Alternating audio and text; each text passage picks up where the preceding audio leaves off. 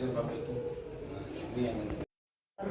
saya, soalnya saya nggak ada penguatan kan sobek-sobek. Saya cuma punya bukti chat dia sama teman saya yang dia minjam pakai pesan suara.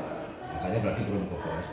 Sudah klarifikasi. Tadi kan Mbak bilang pacaran, ini anak personal dulu untuk pacaran.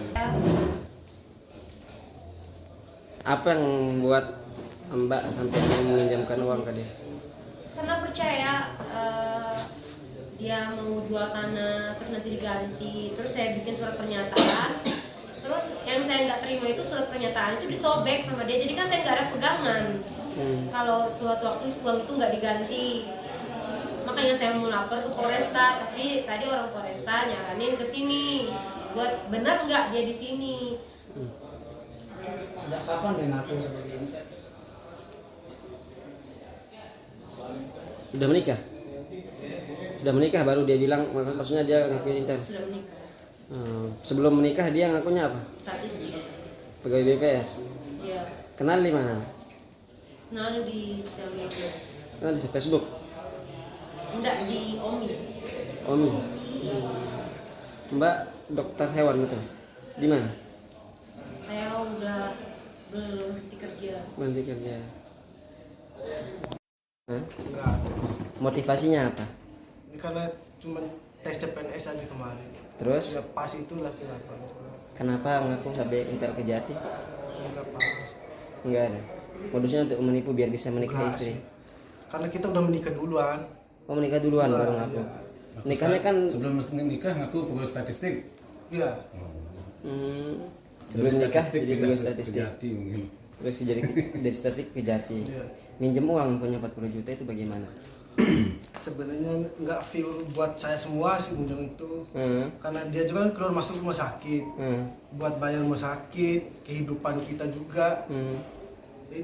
Cuman saya nggak lari dari tanggung jawab hutang itu. Tetap saya bayar hutang. Dan nama tanggung jawab suami buat sekolah anak, les anak. Sudah punya anak dengan Belum. buat anak Anak kan dia punya anak sama mantan suaminya yang kemarin. Saya sekolahin, saya lesin. pakai uangnya dia. Enggak pakai uang saya sendiri. Oh, yang 40 juta itu? Uang 40 juta itu kan apa? Buat kita gade motor kemarin tuh. Buat dia sakit pas sakit. Nah, motor itu kita tebus, kita pinjam uang ke mamanya buat dia di rumah sakit. Nah, terus buat 4 juta buat lagi apa? Bikin ke notaris, mau jual tanah. Terus apa lagi?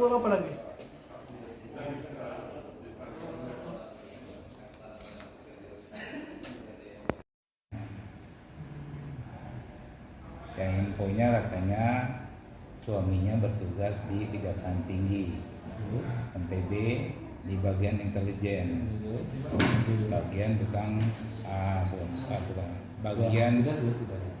tugasnya nangkap buronan, Tim tabur ya. tim kabur. Ya, jadi begitu kita cek di sini nggak ada yang bersangkutan nama itu, ya. Terus ya kita adakan pelacakan dan kita dapati di daerah Seleparang sama tim kita, akhirnya kita amankan di sana. Ngakunya sebagai jaksa berarti ya. Berarti istrinya tertipu ini Pak? Kenapa? Si pekerjaannya. Jadi dari keterangan istrinya ya kronologisnya gini ya. Jadi hari Senin ini tanggal 9 September 2024 ya. Sekitar jam 3 sore. Jam 3 sore tadi. Jaksa Andi Sumardi, sarjana hukum yang bersangkutan bertugas di pemeriksa pada bidang pengawasan Kejaksaan Tinggi NTB ini membawa laporan atas nama Ade Kutari, saudara Ade Kutari ini yang menceritakan bahwa suaminya atas nama terlapor inisial OR yang mengaku sebagai pegawai di bidang intelijen Kejaksaan Tinggi NTB. Maksudnya kedatangan pelapor tersebut ke sini untuk mengecek kebenaran informasi tersebut. berdasarkan informasi selanjutnya tim intelijen yang dipimpin oleh Pak Asintel ini mengumpulkan data dan informasi terkait keterangan kebenarannya. Kemudian kami melakukan mapping keberadaan terlapor tersebut. Pada pukul 16.15 kita terlacak keberadaan terlapor yang berada di Jalan Pendidikan, tepatnya di depan Gelanggang Pemuda. Kemudian tim intelijen Kejati NTB lalu mengamankan terlapor dan terlapor dibawa ke kantor Kejati NTB. Dari hasil interogasi sementara terlapor mengakui sebagai pegawai Kejaksaan Tinggi pada bidang intelijen yang bertugas menangkap DPO.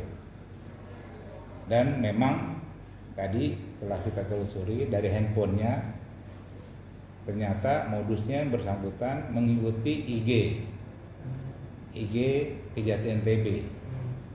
Dan di dalam IG tersebut yang bersangkutan mengikuti kegiatan Kejati NTB pada saat penangkapan buronan-buronan yang sudah berhasil kita tangkap ada 4 DPO sampai dengan bulan September ini.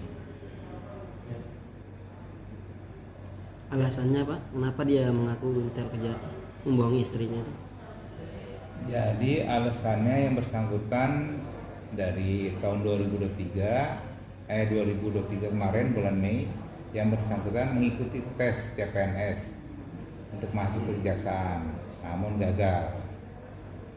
Kemudian di situ untuk meyakinkan istrinya bahwasannya yang bersangkutan bertugas di sini, selama ini istrinya jadi dibilang, kan istrinya bertanya, kok nggak pernah tugas, nggak pernah ini. Oh, saya tugasnya di bagian intel, tugasnya untuk menangkap DPO, mencari DPO. Ini loh, nah ditunjukin foto-fotonya, gitu. Dan istrinya yakin. Setelah itu dia meminjam uang kepada istrinya, yang nilainya 40 juta. Udah lama dia nikah Pak? Kenapa? Udah lama dia nikah nih? Bulan Mei 2024 ini? 2024 ini. Oh modus. Pindahnya 2024. 2024. Dan modus ini dijalankan dari akhir 2023. Yang mana? Modusnya? Aku, ya. Enggak, yang bersangkutan 2023 itu baru ikut tes CPNS. Ngakunya lolos 2023 ya. Kalau dari hasil pemetaan, apakah sudah ada korban di sini Pak? Selain itu. Istrinya ini Istrinya saja. Istri Tidak siri. ada korban lain gitu. belum kita tindak lanjut ke yang lainnya. Istri sirinya. Istri siri ya. Jadi mengelabui istrinya biar bisa menikah dan dapat uang itu ya. Iya, modusnya seperti itu. Berarti sudah ada istri yang sahnya ya? Yang secara Kami kalau istri di sini kami tidak dalam itu, ya. Yang kami lihat di sini pengakuan yang bersangkutan sebagai petugas di bidang intelijen dan tugasnya untuk menangkap buronan. Nah, itu yang membuat istrinya yakin dan percaya sehingga mau menyerahkan uang, meminjamkan uang. Oh, istrinya menyerahkan uang ya? Iya.